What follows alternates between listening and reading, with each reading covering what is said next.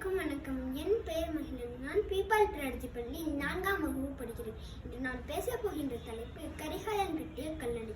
தஞ்சாவூர் தலையாட்டி பொம்மைக்கு மட்டும் சிறப்பல்ல, கல்லணைக்கும் தான் சிறப்பு. அதையை கட்டியவர் கரிகாலன்.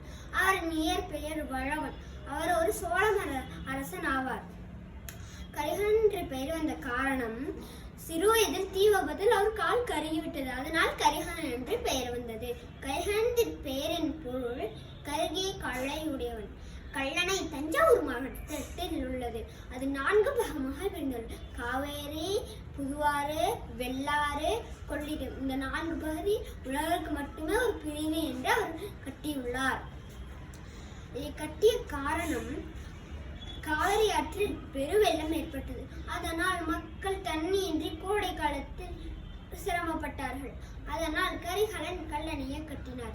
அதை கட்டிய விதம், ஒரு பாறையின் மேல் மற்றொரு பாறையை வைத்து தண்ணீர் கரையோடு ஒரு விதமான ஒட்டும் களிமணி பூசிதான் இதை கட்டியுள்ளார். இது நமக்கு தமிழர்கள் கட்டுமான திறனை காட்டுகிறது.